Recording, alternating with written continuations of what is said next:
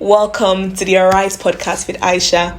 This is a faith-filled, soul-stirring space created to awaken you to who God has called you to be. Here we'll share stories, truths, revelations, and real-life journeys that remind you of one thing. You were never meant to stay hidden. You were created to rise. Whether you're healing, rebuilding, rediscovering, or just trying to breathe again, this is your safe place to grow, to stretch, and to boldly step into the life heaven has written for you. So take a deep breath, lean in, and open your hearts. Let's begin. Hello again and welcome back to the Arise podcast with Aisha. This is episode 3, and if you cannot tell, I am super excited to be here again. I'm super grateful that you have decided to tune in again to listen to the Arise podcast. It shows that we're doing something incredible, something is stirring on the inside of you. So welcome. If you're listening to this, it has just been a few days past Christmas. I want to wish you a very merry Christmas in our ears and a prosperous new year in advance. Thank you again. Today we're going to be talking about a very important, a very interesting topic. As you must have already seen, it is titled, Who Am I? Returning to your God-given identity. And this question, it is so important. It is so important. It's a question that I believe that a lot of us navigate life asking ourselves this question, or we come to a point in life where we begin to ask ourselves, who am I? Who truly am I? If you have not asked yourself this question, maybe much loudly, I think it's something that has shown up. It's a question that has shown up in different ways for different people. We ask these questions in different ways. Who am I? It could be maybe you're really trying to figure out, okay, like what are my likes, what are my dislikes, just trying to get to know yourself more deeply. But it's a question that I feel like we as human beings come to a point where we begin to ask ourselves, who truly am I? Who truly am I? And this question is not necessarily what do you do, because sometimes when we ask the question of who am I, or let's say you're in an interview is asking, can I meet you? Can I know you? The first thing that we want to go ahead to do is to share our achievements in the sense of like, okay, my name is Kate, I'm a doctor, my name is John, I'm a lawyer, I'm a financial analyst, I'm a business analyst, I'm this and that, I'm an engineer, all of those things we term to describe ourselves with tags in terms of like what we do.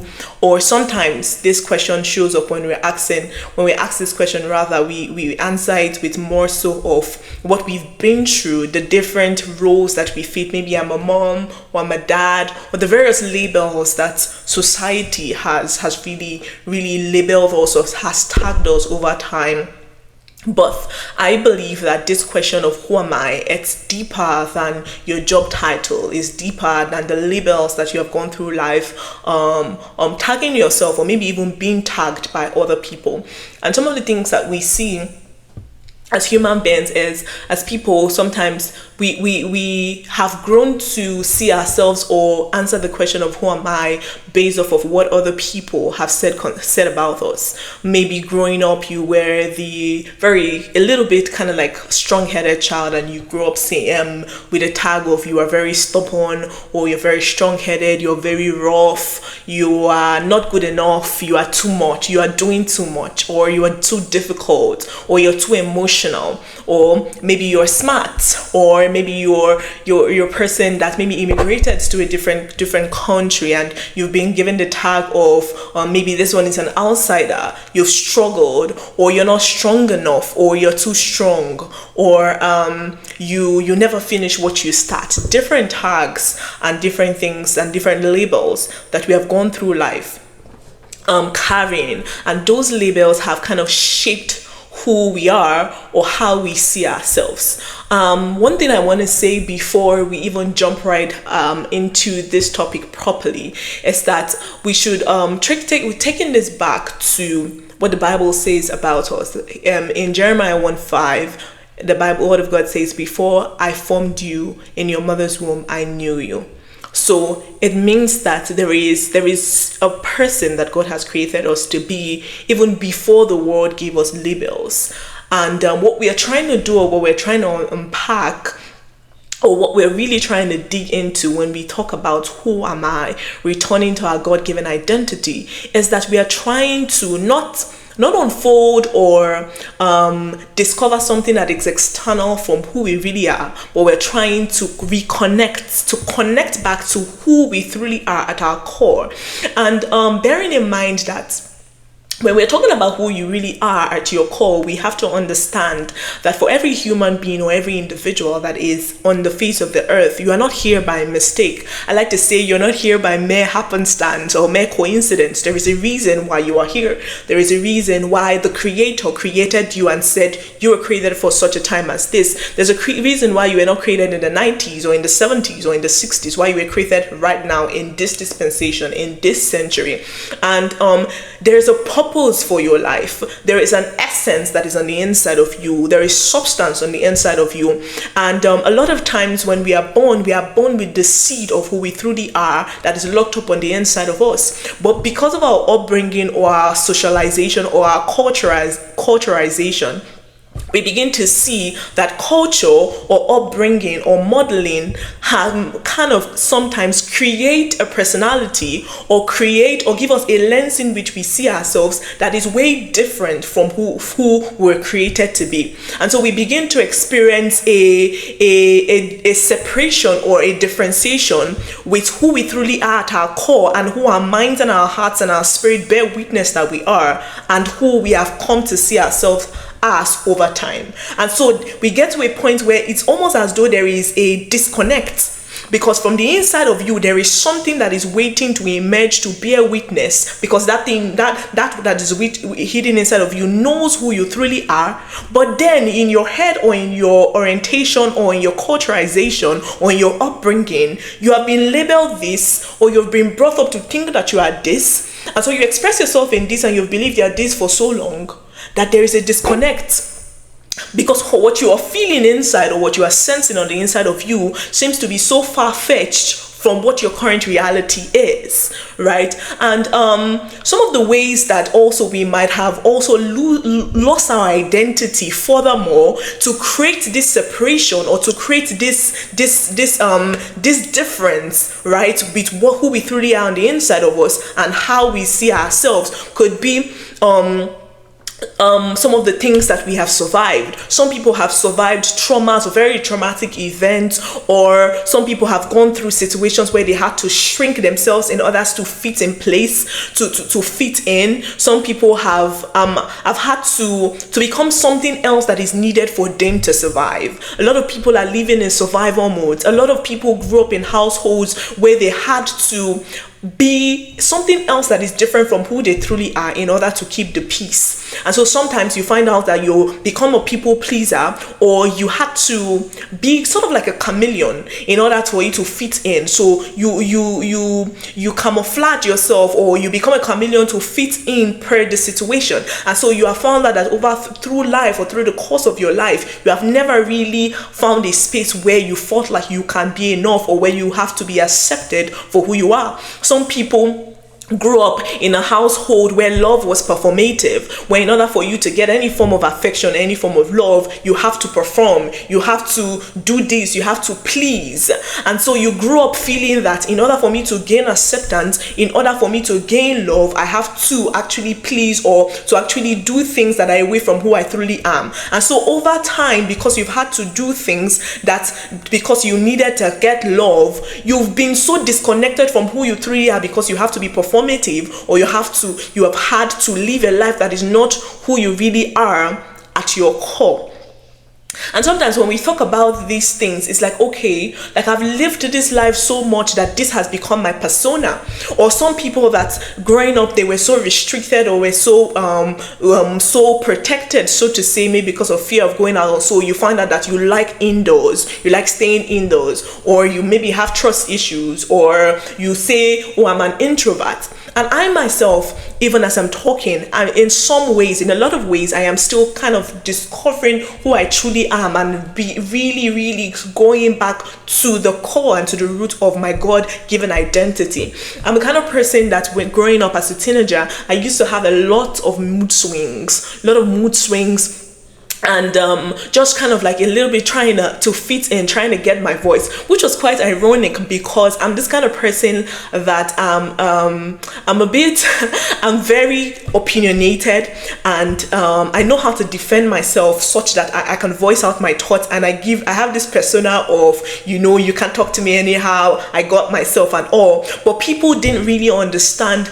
that hidden behind that persona was someone who had mood swings, was someone who was trying to really fit in, was someone who was very shy. I think recently I was talking to one of my very close friends, and I was like, do you know I used to be so shy in high school? And she was like, I couldn't tell. And she gave an incident, because when I talked, she said, oh, she remembered one incident in university where we went to a bank and I was supposed to talk to the bank person, but I was just standing by the side, and she couldn't understand for the life of her why we were not just going forward and just talking. And then I was saying, do you know I was actually really shy. I used to have like fear and anxiety of really talking to people, especially in like official settings and all. And she was like, oh wow.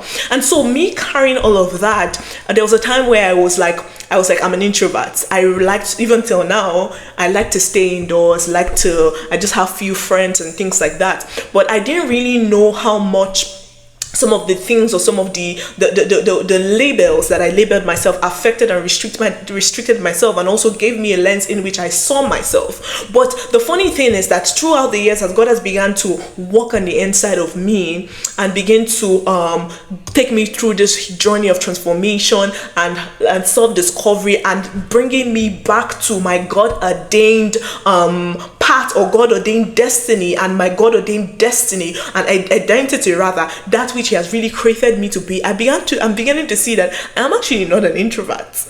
Now I think I'm gearing towards more of like an extrovert. I think at some point I used to call myself an extroverted introvert, but what that basically means is what's the word they call it? There's a term that they use that it just escaped my memory, where you're not really an introvert and not really an extrovert. But the more I begin to connect to my God-given identity and begin to work more and more in purpose, I begin to see that I'm actually not an introvert.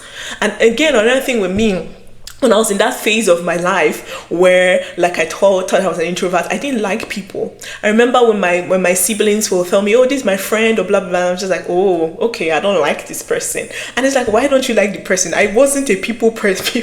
I basically didn't like people. But that was because of the lens I was viewing myself. And the more that I begin to walk with God and see myself as He sees me, and identify with my God-given identity, I begin to see that I'm actually a people person. Sometimes people tell me, I hear people's stories and I connect with people, and I'm literally crying, and I'm just like, what's happening? Why are you crying? You could have never been you.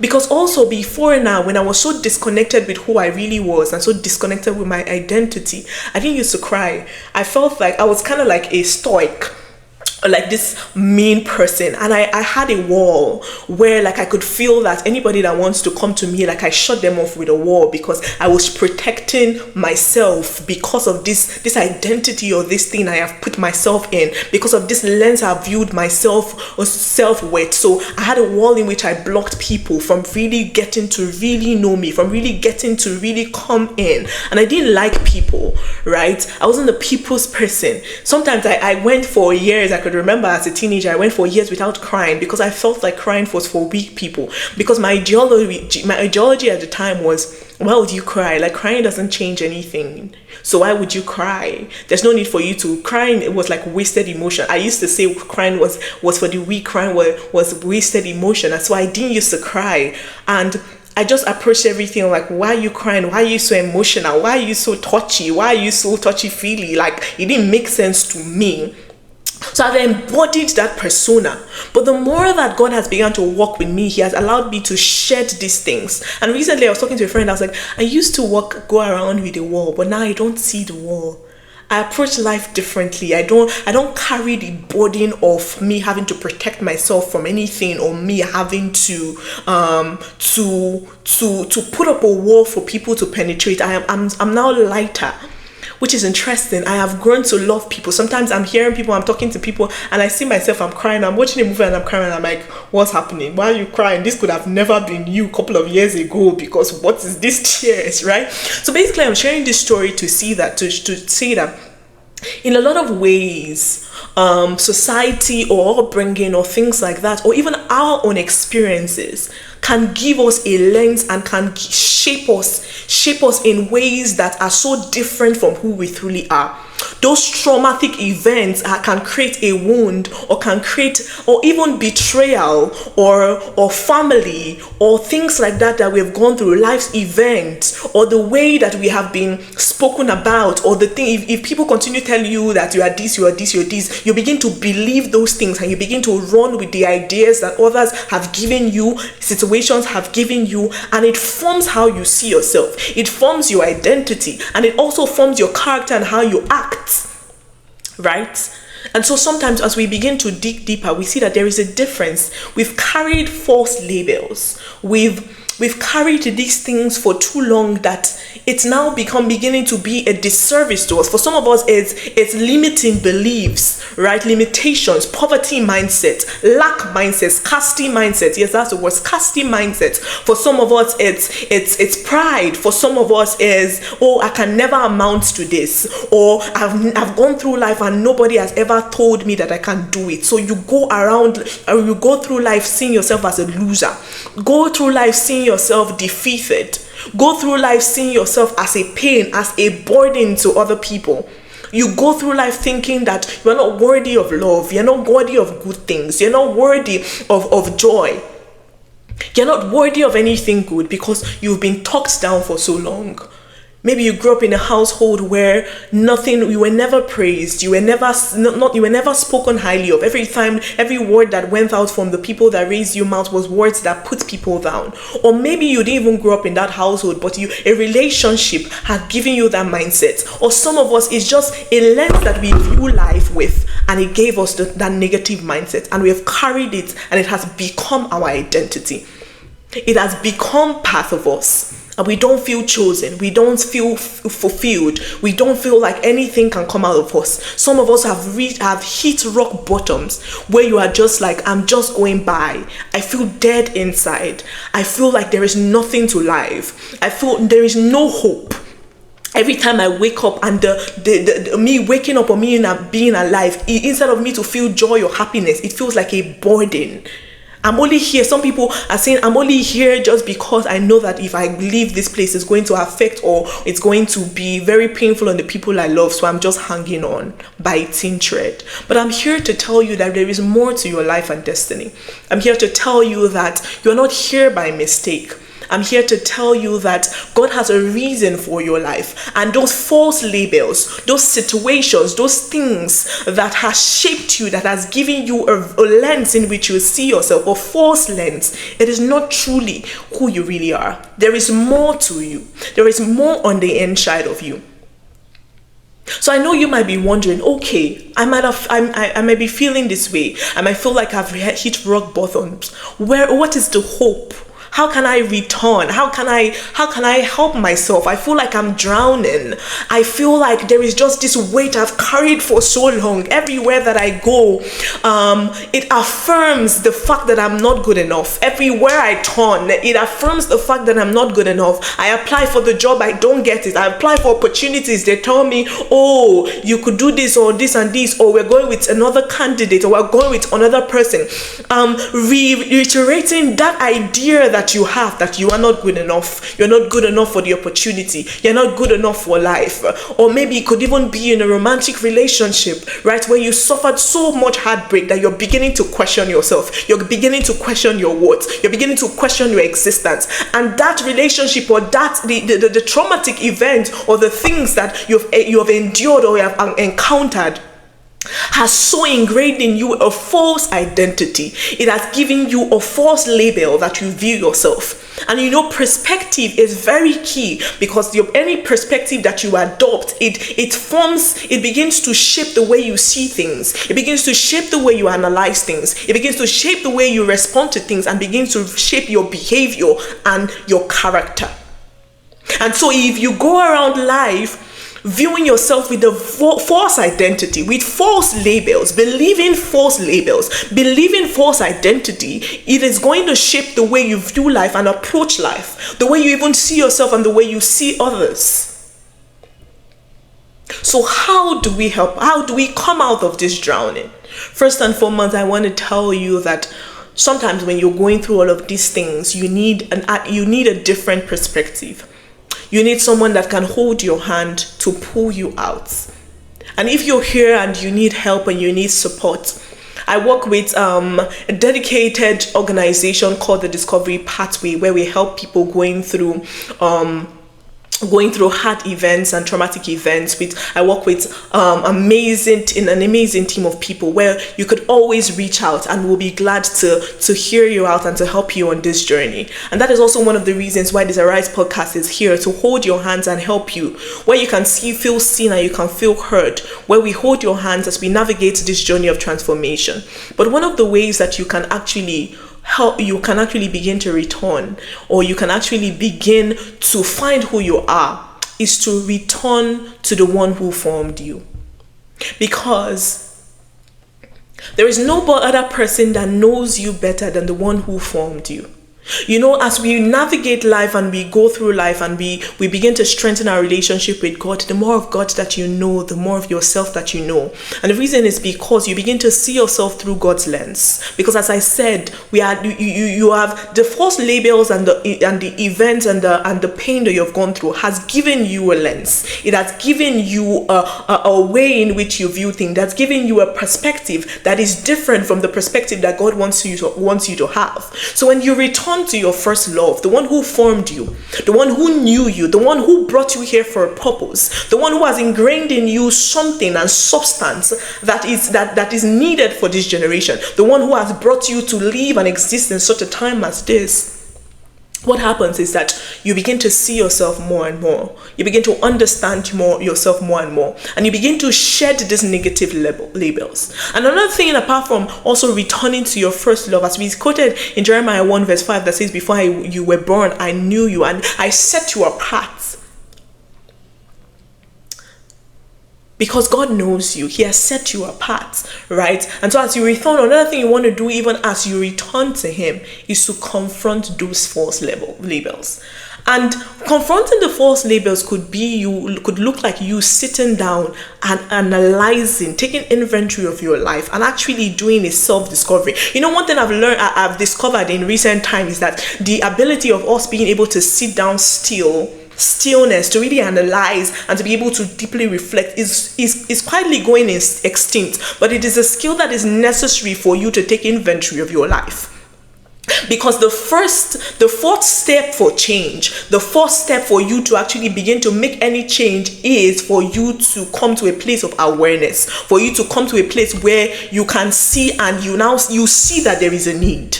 You cannot begin to change anything if you have not identified the fact that there is a need. If you feel like something is not a problem, then you cannot change what you do not feel is a problem.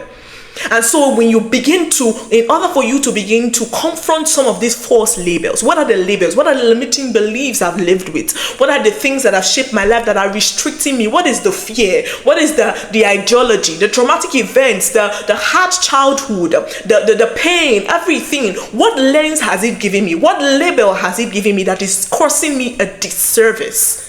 So you need to first of all sit down and make inventory of that and begin to see the need, that there is a need for a change. There is a need for a returning. There is a need for there to be a difference in your life before you can now begin to take steps to begin to implement those differences.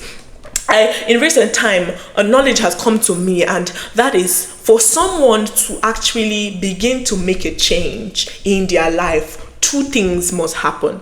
It could either be one of two reasons. Number one reason, which most likely a lot of times that's not really the reason that makes people to change, is that you have taken inventory of your life and you have seen that there is more to your life and destiny. There is more that can be unfolded, or you can achieve more.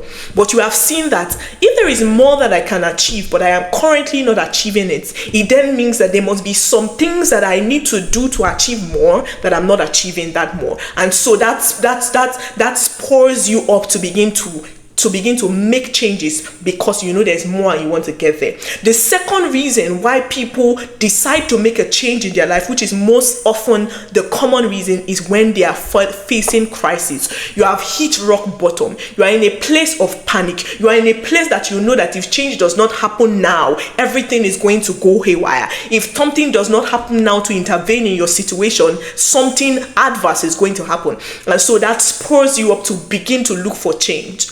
Most likely, it is better for you to be in the latter than in the former, because when you are in the former state, you are in a place of emergency. So what must happen first is that you must first of all fix the problem that is currently at hand, the crisis that is currently at hand first, before you now begin to now take practical change for you to begin to implement those growths. But if you are in the latter, which is a place where you believe that there is more and you want to get that more, you are in a more relaxed place, and so you can curate your growth strategy for you to begin to make those changes. But nevertheless, regardless of where you are, if you are facing an identity crisis, which most people are, we go about life, even now people are facing identity crisis of their gender, of their ideologies, or it could even be a situation where you grew up in a Christian home, but right now you don't believe it. Nothing makes sense to you. You are trying to find yourself in the mix of all of these things. Everything seems so disorganized in your brain, and you're like, I don't understand. Everywhere I'm going to ask questions, it feels like everybody does not have the answer.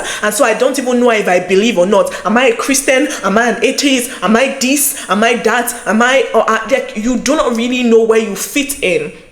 And everybody wants to have a home or find a place where they fit in. As human beings, we thrive on the basis of connection. We thrive in the basis of connection, but the trauma, the lenses, the labels have caused there to be a disconnection from our true self, a disconnection from our original identity, a disconnection from the reason why we have been here. That is why so many of us also struggle with the idea of what is my purpose. Why? The reason why you struggle with finding your purpose is also because there's been a disconnection from your original source, a disconnection that has taken you away, has pulled you away, and so you face identity crisis. Because as I said earlier, human beings are created to thrive on the basis of connection. That is why when we take it back to the history of the Garden of Eden, when man fell by eating the fruit, there was a disconnection between man and God, who is man's source. And so man began to go through the process of death now, not as an event of dying once, but a process of death. The process of death set in. Why? Because man was disconnected with his source. But when we come back to God and we're reunited with God, and we allow him to begin to walk inside of us, and allow him to begin to take us on this journey of transformation. The journey of transformation is not a journey to something extinct. It is a journey to your original self. It is a journey to your original self, to the you that was created. It is a journey back to your source. Because for so long, because of you've been disconnected from your source, you have been connected to other things. You have been connected to the false label. You have been connected to the traumatic event. You have been connected to bitterness. You've been connected to pain, such that pain has become your natural habitat. The traumatic scars have become your natural habitat. The trauma responses have become your natural habitat. The addiction has become your natural habitat. You've been disconnected from your original source, and you're being connected to a false identity. And so for you to come back to your source, there needs to be a shedding, a breaking loose of that which you're now connected with, to take you back to your original connection. Because it is in going back to your original source that you can have true connection, because that original source is that gives you the blueprint of who you truly are. And so I'm charging you to begin to take inventory of your life. Sit down. Right now the year is coming to an end very fast. We have a couple of days before this year runs out. It is a good time for you to sit down, to be like, over the years, for the past 10 years, for the past 20 years, for the past 30 years, so this and this and this has been my life. I've observed this limit. What are the things that have limited me? What are the things I'm battling with? What are the things that I want to challenge, to say enough is enough? These identities of these limitations or this mindset has carried me long for has carried me up to this point for so long. Enough is enough. I am ready to do away with that. You might have realized that it might be fear of anything. It could be a traumatic event. It could be the rape. It could be something. It could be whatever it is. Confront those things and begin to take agency of your life. When you begin to say enough is enough, okay, what can I do differently to break out of this? Because those things, as I said, you're not connected to it. So some of those ideologies, some of those labels, some of those events have now become strongholds that are limiting you, that are holding you back to come into your fullness of your identity. And so there needs to be a breaking off. There needs to be a shedding. There needs to be you coming to say enough is enough. But it starts with you actually realizing and seeing that there is a need. There is something that needs to be broken away from. And there is more. That is where it began to be. You need to first of all identify those things and start the process of healing and start the process of transformation and begin to reconnect yourself back to your original source. And even as I round up, I just want to charge you and to let you know, I do not know your history. I do not know what you've been told for so long. I do not know the lies that you have believed.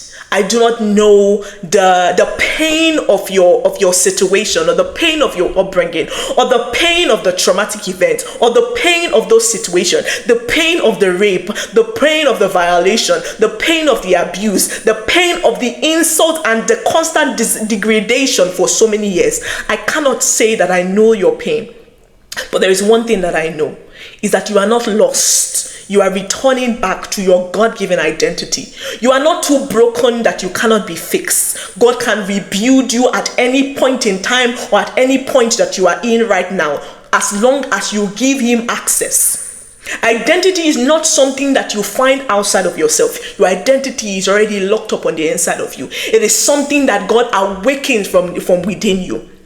And identity is not about what you do. It's not about performance. It is who you are. It is who you are. That is why when you come to Christ, the Bible says that we are the righteousness of God in Christ Jesus. It says that the righteousness that we now enjoy is not a righteousness that was inflicted by what we do, but it is a righteousness that has been given to us because of who we are, sons and daughters of God. So when you come to God and you come into the household of God under the new covenant, you have that covering because it is who you are. You are now a son and a daughter. You are now joint heirs with Christ. So it is not based on performance that you become a joint heir. It is because of who you are.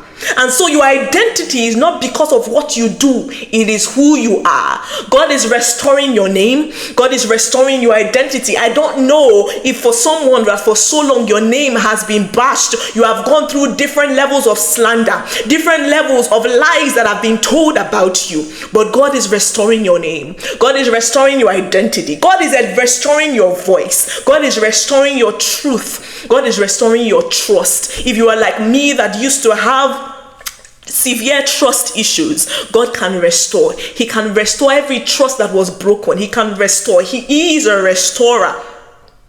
He can restore you back to your original design. And even if you feel scared, even if this new transition, even if this new thing that you're about to do, oh yes, of course, it is something new. You're about to shift from your comfort zone to indeed arise into the possibilities that have been locked up on the inside of you. You are about to arise and say, it is enough. I am tired of feeling depressed. I am tired of feeling let down. I am tired of feeling as though living and existing is a burden and I might as well just leave this earth because the Lord is too much. Oh, I'm speaking to you right now that restoration is available for you.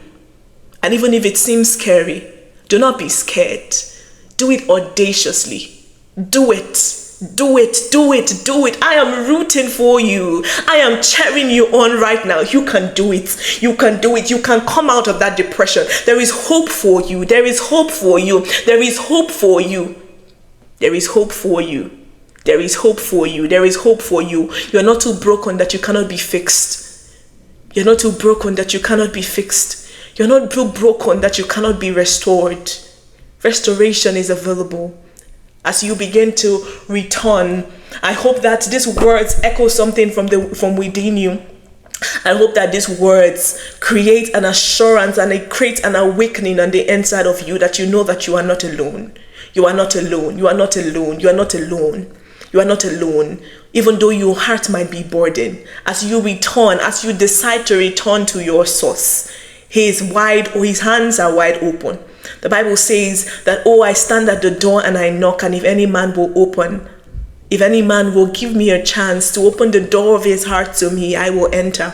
If any man, any woman, anybody, if you will let him in, he can restore you as you begin to return to your source. As you begin to return to your source.